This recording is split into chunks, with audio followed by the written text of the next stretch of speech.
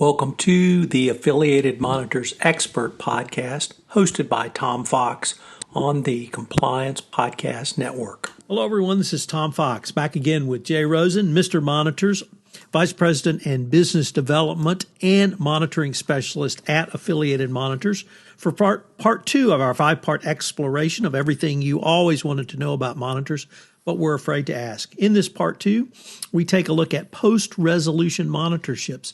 Jay, first of all, welcome back. Thanks, Tom. Look forward to jumping into part two. Jay, I think many people are aware of monitorships, certainly our audience from the compliance perspective around the FCPA. But I was wondering if you could maybe start off with some words about the FCPA context for monitorships and how they've been used for quite some time now. Sure. So what we're going to specifically talk about today is Post Resolution Monitorship, and it's essentially a situation where a government agency, within the FCPA context, the DOJ or the SEC, and basically they agree in the course of settling a dispute or a matter between two entities that the regulator will use a monitor to ensure that specific conditions of the settlement agreement are met. And in most cases, an independent third party is engaged for this purpose. So a post-resolution monitorship are well known through the FCPA, and surprisingly, many compliance practitioners are not aware that the post-resolution monitorships can be used in a much wider practice than FCPA.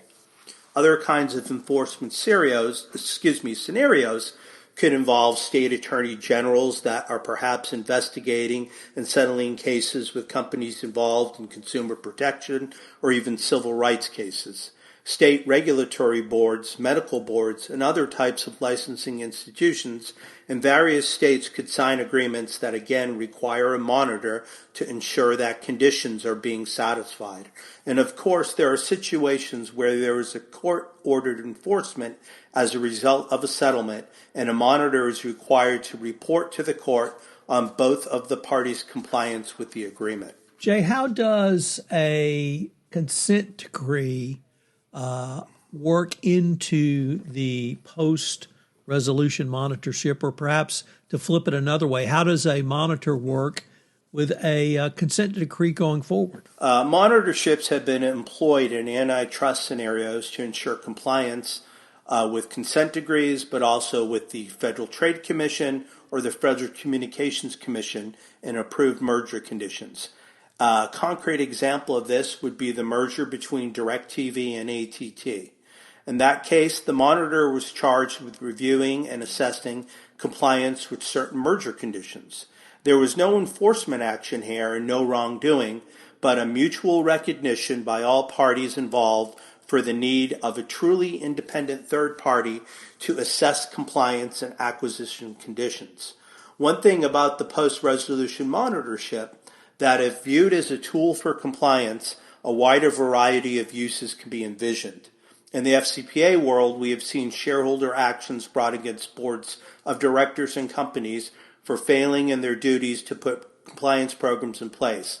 Occasionally, these actions are resolved before the conclusion of an FCPA investigation or of an enforcement action. Jay, how does a post-resolution monitorship perhaps differ from a pre-settlement monitorship? And then I was wondering if you had some thoughts on the impact of the two types of monitorships. So I want to go back again to that example I just mentioned about a shareholder action. And if you had a post-settlement monitorship for this, both the findings of the monitor and the monitor's report could potentially help the recalcitrant company under the FCPA corporate enforcement policy. In such a scenario, a post-resolution monitorship could have the impact of a pre-settlement monitorship.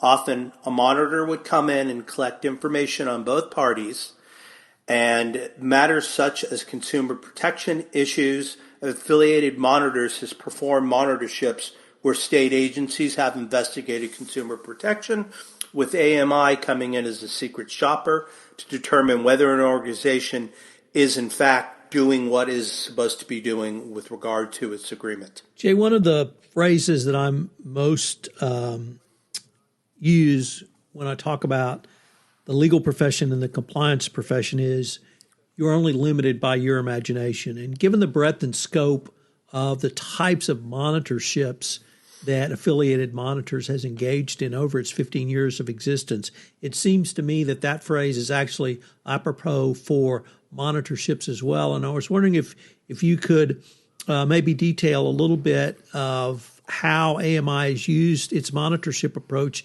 in areas that we really haven't even thought about as ripe for monitorships. Yeah, it's a great question, Tom. And as you've heard often, my colleague Vin DeCiani, who founded Affiliated Monitors 15 years ago, he usually says that we've only scratched the surface in terms of different applications and uses of independent, credible third parties to facilitate resolutions of disputes.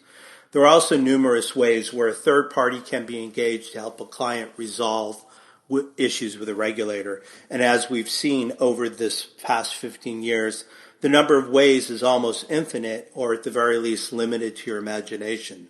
The bottom line is that there is certainly no finite number of categories for the Post Resolution Monitorship. They can be used in a wide variety of ways to help facilitate not only resolution or enforcement actions, but also compliance with a wider variety of cares, concerns, and issues. And the way that Vin kind of created this construct is there's something that we go back to in about 2008, 2009, the Morford memo. And this basically talks about how you can use a monitor, how you go about selecting them. And what Vin was doing when he founded Affiliated Monitors was he was representing chiropractic clients that got into issues with the regulator. And Vin felt that what the regulator had imposed on the chiropractors was too onerous.